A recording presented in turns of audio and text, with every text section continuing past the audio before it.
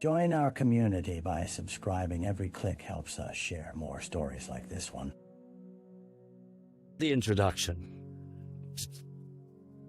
It was a crisp autumn evening in the small town of Maplewood, where the pebbled streets were cloaked in the golden hues of falling leaves. A gentle wind rustled the branches overhead, but the serene ambience concealed the chilling events that were about to unfold. It was here, between the quaint homes and the antique shops lining Main Street, that a dark specter prowled, its presence unbeknownst to the unsuspecting town. On the night of October 15th, 2023, an unsettling discovery would shatter the fragile peace of Maplewood. Local law enforcement received an anonymous phone call around 8:45 p.m., directing them to an abandoned barn on the outskirts of town. The caller's voice, muffled and shaky, offered little more than a warning. "You need to see this. It's bad. Really bad." As officers arrived, the first hints of unease settled in. The barn, seemingly long forgotten, was shrouded in shadows, creaking eerily under the weight of moonlight piercing through its dilapidated roof. The air was thick with the scent of damp wood and stale hay, carrying an unnatural stillness that screamed abandonment. Stepping inside, the officers were met with a sight that would haunt their dreams for years to come.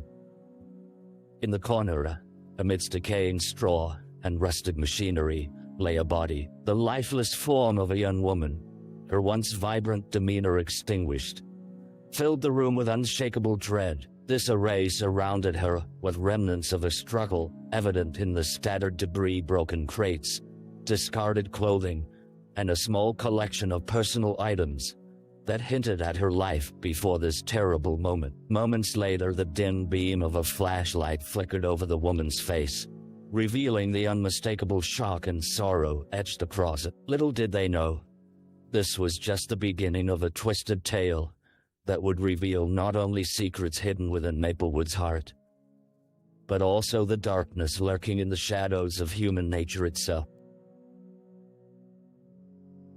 The victim.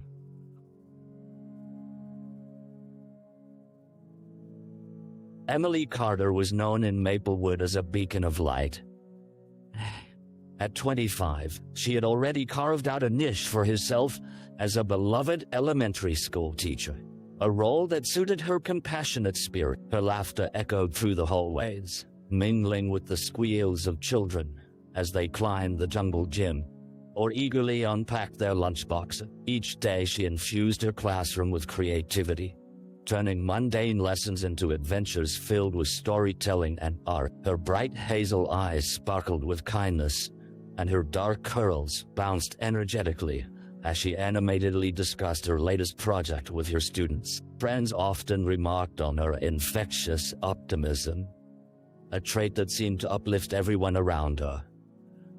However, beneath this bright exterior lay a complexity that you could discern. Emily was in the early stages of fulfilling her dreams, striving to establish a non-profit aimed at providing art supplies to underfunded schools in the surrounding area as an endeavor born from her own childhood experiences. But her noble ambitions seemed shadowed by a constant pressure, the weight of expectations, both personal and societal.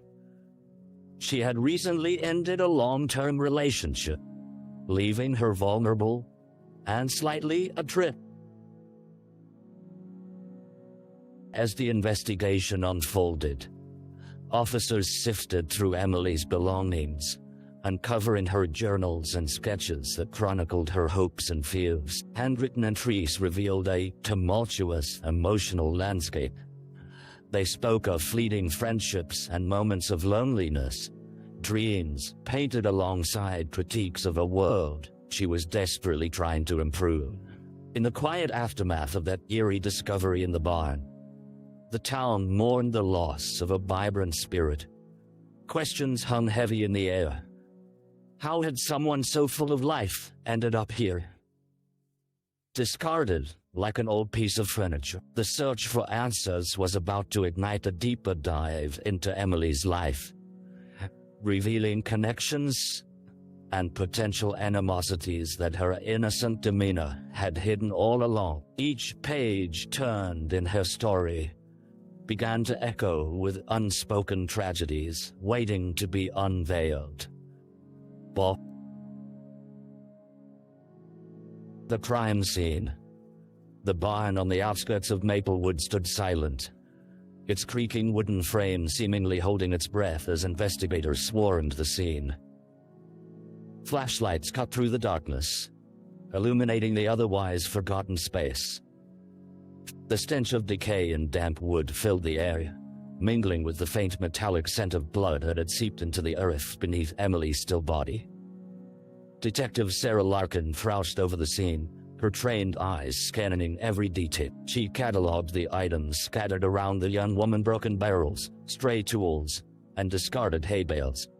Each object might hold a clue, a whisper of the events that led to Emily's tragic end. The body lay poised within a chaos of broken glass and torn fabric, suggesting a violent confrontation that had unfolded in those isolated moments. The coroner, a seasoned veteran named Greg Marshall, arrived to confirm Emily's identity and begin her examination. As he inspected her lifeless form, the pallor of his skin contrasted starkly against the dark hay, an unsettling reminder of life's fragility. Detective Larkin noticed the absence of obvious signs of robbery. Emily's wallet and personal effects lay untouched nearby, hinting at motives beyond mere theft. Flashes of the barn's past flooded her mind: late-night gatherings, whispers of tucked-away secrets, and the isolation that rustic charm could offer.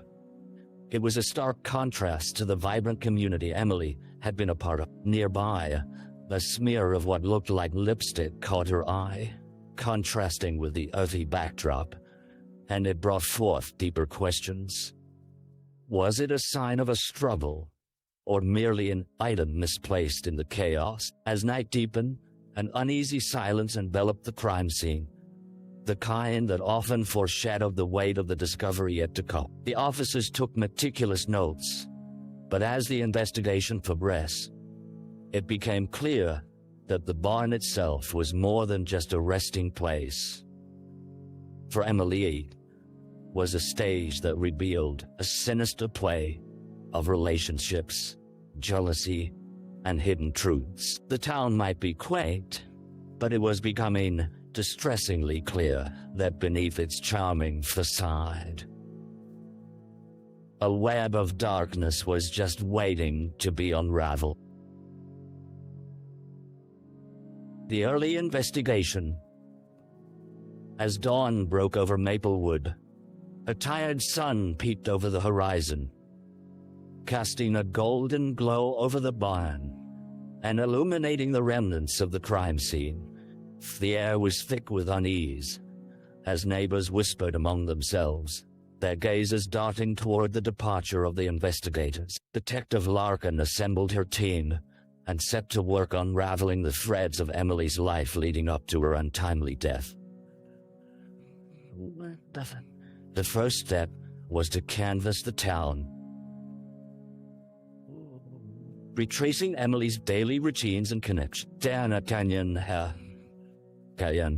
Water, Daniel Watt made their rounds, interviewing friends and acquaintances who might provide insight into Emily's final weeks. Each conversation felt like peeling back layers of an unknown moment, revealing fleeting glimpses of her struggles.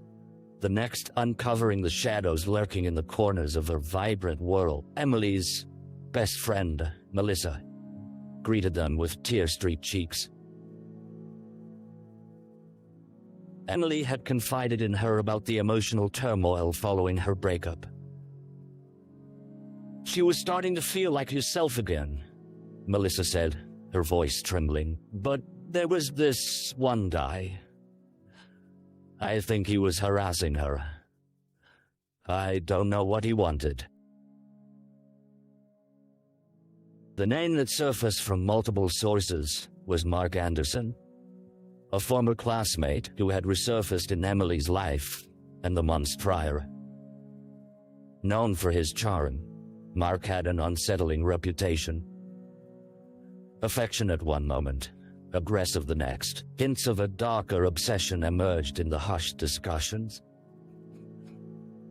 He had been seen loitering near the school, his gaze lingering too long whenever he caught sight of him. The detectives learned from a bartender at a local pub that Mark had been noticeably irritable in the week leading up to the tragedy, often making comments that hinted at resentful feelings towards Emily's rejection. He was drinking heavy, the bartender recalled. He had this wild luck about him. Each new witness account, the picture grew clearer, but the web of speculation left Larkin frustrated. Had Mark's infatuation morphed into something sinister? The day slipped into a string of leads and dead ends, drawing the detectives deeper into Maplewood's undercurrent. As they reviewed their notes that evening, the unsettling reality sank in: this was not just a case of violence. It was a reflection of emotions unrestrained, of a heart twisted by desire and resentment. Emily's life, it seemed, was intertwined with shadows, long hidden by the pleasant facade of the town. The investigation was just beginning, and both detectives were now racing against the clock to uncover the truth before it faded like the light escaping the autumn sky. The dead ends. Frustration settled in like a dense fog as Detective Larkin and Officer Wong plunged further into the investigation. Daylight morphed into a gloomy twilight, but the trail toward answers remained uncomfortably cold. As the hours passed, they methodically worked their way through the numerous tips that poured in from the community, but each lead felt increasingly tenuous. One of the more promising leads had been a grainy security camera footage from a local convenience store. Larkin watched the playback dozens of times, observing the shadowy figures milling about. The timestamp showed Emily had been in the store the evening before her death, seemingly cheerful as she chatted with the cashier. But when the video caught sight of a lurking figure near the entrance, a chill ran down her spine. It was Mark. He stood at the edge of the frame, eyes fixed on Emily. But just as the footage offered a glimmer of hope, it spiraled into ambiguity. He did not approach her, nor seem to engage. Did he follow her afterward? Or had this merely been a coincidental encounter? Plagued by doubt, Larkin returned to Mark's apartment to gain further insight into his daily habits. The place reeked of stale alcohol and frustration. Evidence of disarray surrounded her clothes strewn carelessly, empty bottles cluttering the kitchen counter. The quick search revealed Emily's photo hidden beneath a pile of bills, tangled with fragments of crumpled paper that seemed to contain incoherent rants about rejection and love. Even with this unsettling evidence, Mark's alibi remained intact. He claimed to have been out of town on the night of Emily's death, backed by friends who corroborated his story. Yet, Larkin could sense his manipulation, like a simmering pot barely kept from boiling over. The detectives felt shackled by the heavy weight of circumstantial evidence, battling the suffocating sensation of rapidly approaching a dead end.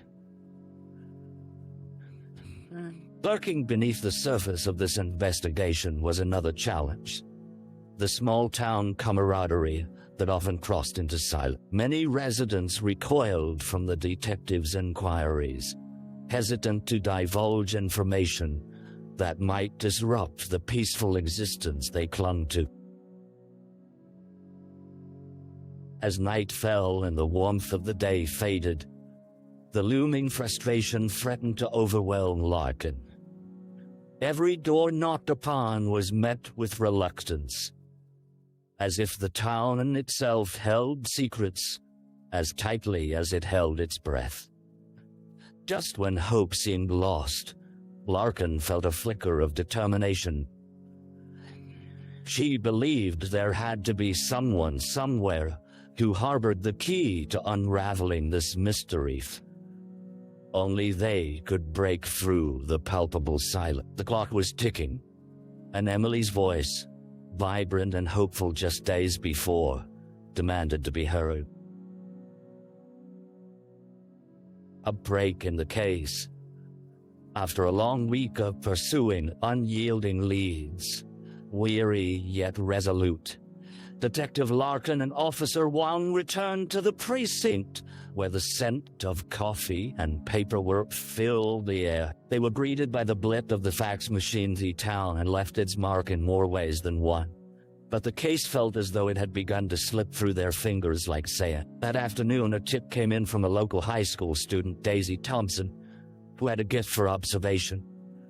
The moment she heard about Emily's death, Daisy felt compelled to speak up. She was the quintessential wallflower, often overlooked yet surprisingly attuned to the dynamics of her peers. I saw Emily and Mark together about a week before. She hesitated, her voice trembling. They were arguing outside of the cafe. The detectives listened intently as Daisy recounted the encounter. She had been on her way out of the cafe when she saw Mark's animated gestures, his brow furrowed in anger, while Emily appeared small and defensive, her arms crossed protectively over her body. Then, a moment that sent Larkin's heart racing. Daisy mentioned she'd noticed another figure, an older man, lurking nearby. His face remained obscured, but Daisy recalled the man's rough demeanor and the intensity with which he watched the altercation unfold. Curiosity ignited. Could this be the breakthrough they needed? Larkin took the details back to the team, cross-referencing the cafe's security footage.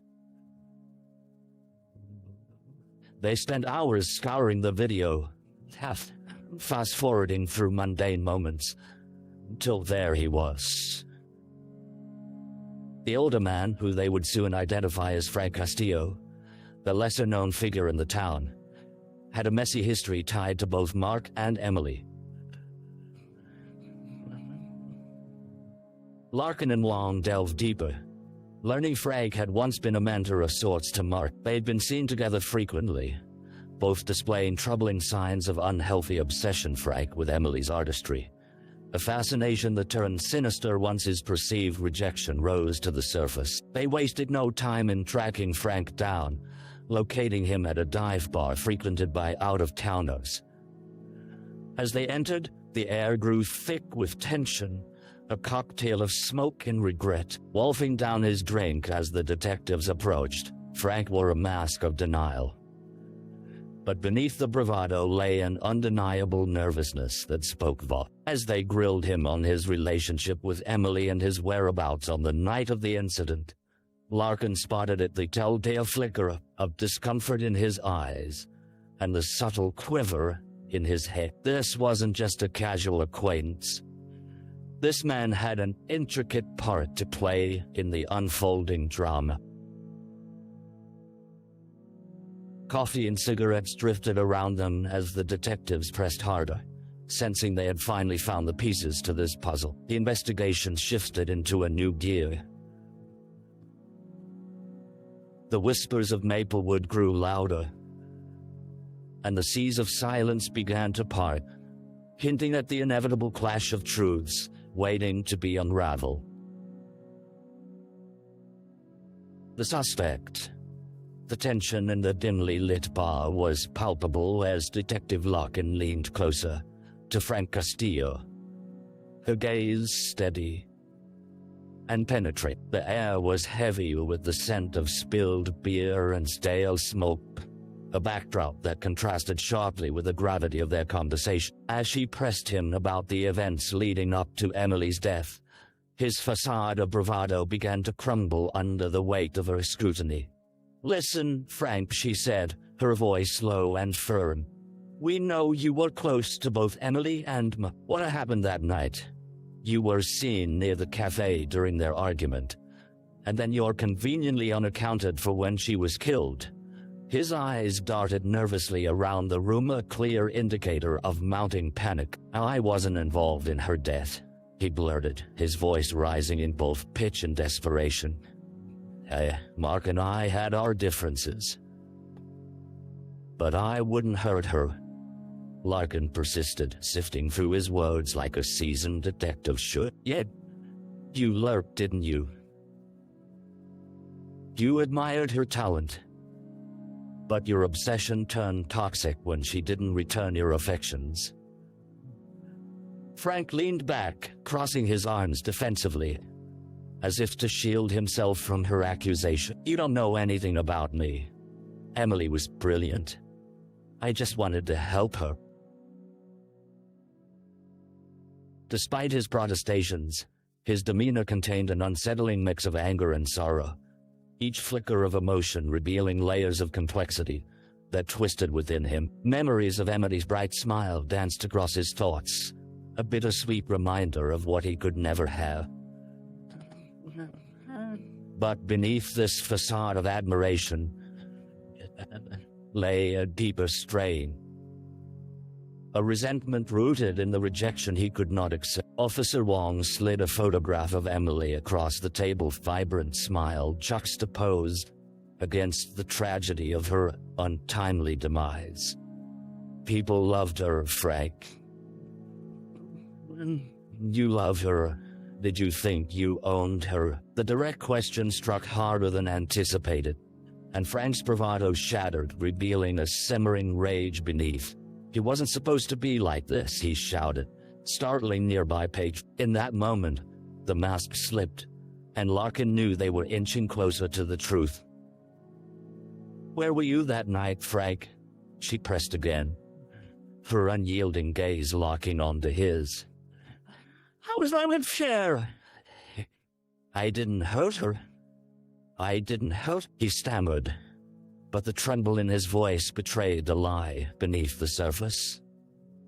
Larkin and Wong shared a knowing glance, recognizing the unmistakable signs of a suspect caught in a web of his own making. As they left the bar, the weight of Frank's emotion hung heavily in the air, a dangerous cocktail of admiration, regret, and rage.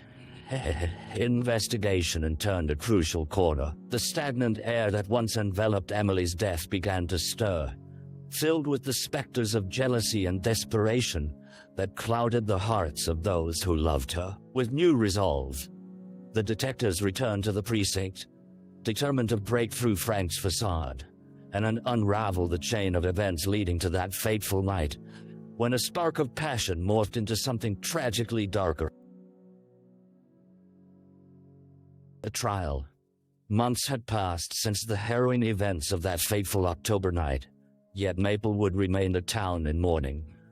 A somber reflection of grief resonated within its streets, as the community braced itself for the trial of Frank Castillo, a case intertwined with sorrow, obsession, and the unraveling of a once vibrant life. The courthouse, a centuries-old building with heavy oak doors, stood as a silent witness to the unfolding drama. On the first day of the trial, the air buzzed with a restless energy, a palpable mix of anxiety and anticipation. The courtroom filled quickly, friends and family of Emily sitting on one side, their faces stricken with grief, while Frank's supporters occupied the other, fervent in their belief of his innocence. Detective Larkin watched from the back, her heart heavy as she took in the sea of faces.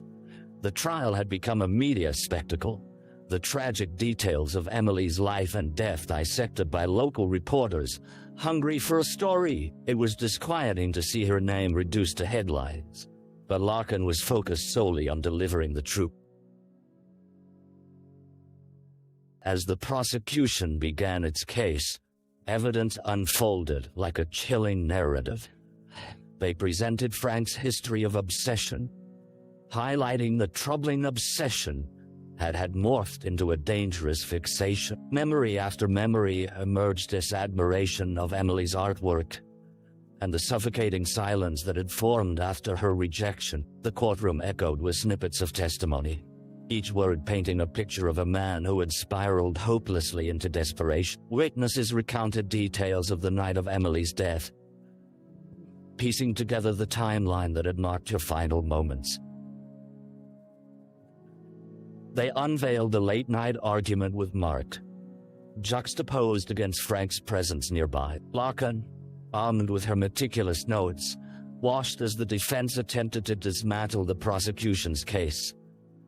They argued that Mark had been a jealous one, a factor that could not be dismissed. But the more Frank's story was scrutinized, the more the facade of innocence began to crack. The prosecution's key witness, a neighbor, who had seen Frank near the bar and on the night of the crime, provided damning testimony that held the courtroom captive. A recollection of seeing him linger just outside the barn, lingering too long as night enveloped the area, sent a shiver down Larkin's spine. As the defense presented their closing arguments, Larkin fought the urge to lean forward, the tension thick enough to cut. Frank himself took the stand, a mixture of indignation and despair etched across his face. His voice trembled with fervor as he denied any involvement, appealing to the jury's sense of pity. But his pleas fell on deaf ears, the cracks in his narrative too sharp to ignore. When the jury finally deliberated, silence fell in the courthouse like a heavy blanket.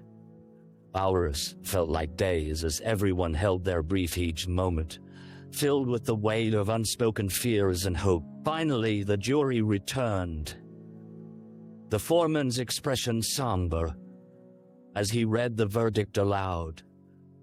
Guilty of second-degree murder.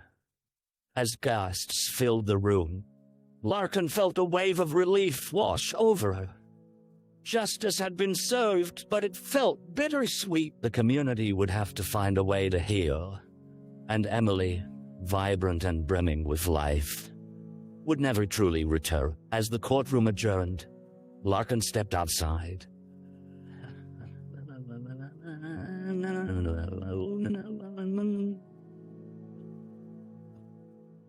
The sun setting behind her, a poignant end to a dark chapter, with a resolve to honor the memory of a life lost too soon, ensuring such darkness would not go unnoticed again. The aftermath. In the weeks following the trial, Maplewood's wounds began to surface, raw and unhealed. The verdict against Frank Castillo had brought brief relief, yet the haunting specter of Emily Carter's death lingered like a shadow across the small town. Grief manifested itself in different ways, reshaping the community's daily lives and drawing people closer while simultaneously driving them apart. Detective Larkin walked the streets of Maplewood more frequently, now not as a detective chasing leads, but as a comforting presence seeking to understand the emotional aftermath of the tragedy. She joined a grieving support group that had formed at the local community center.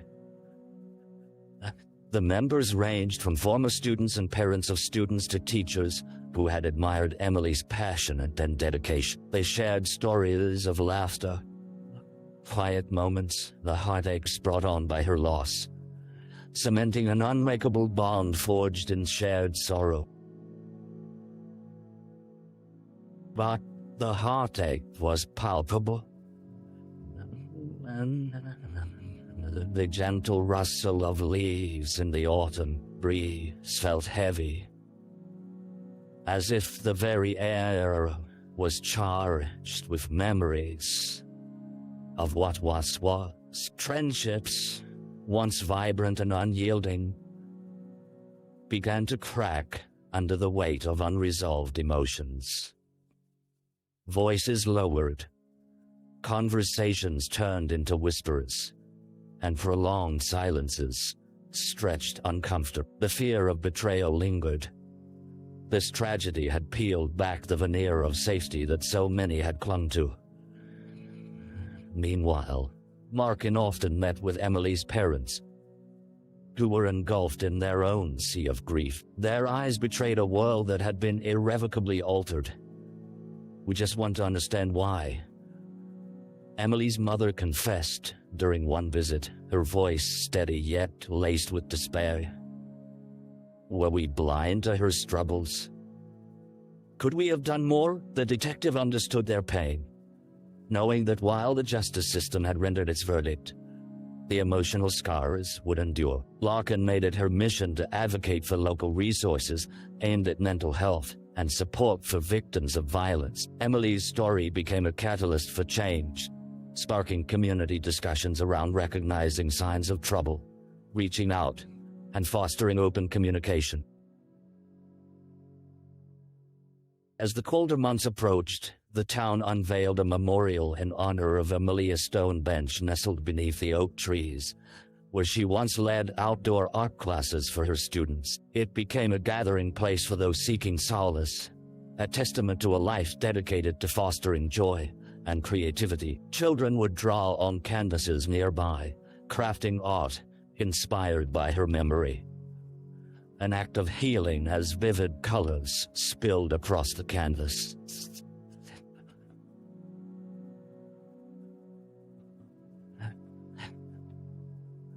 Though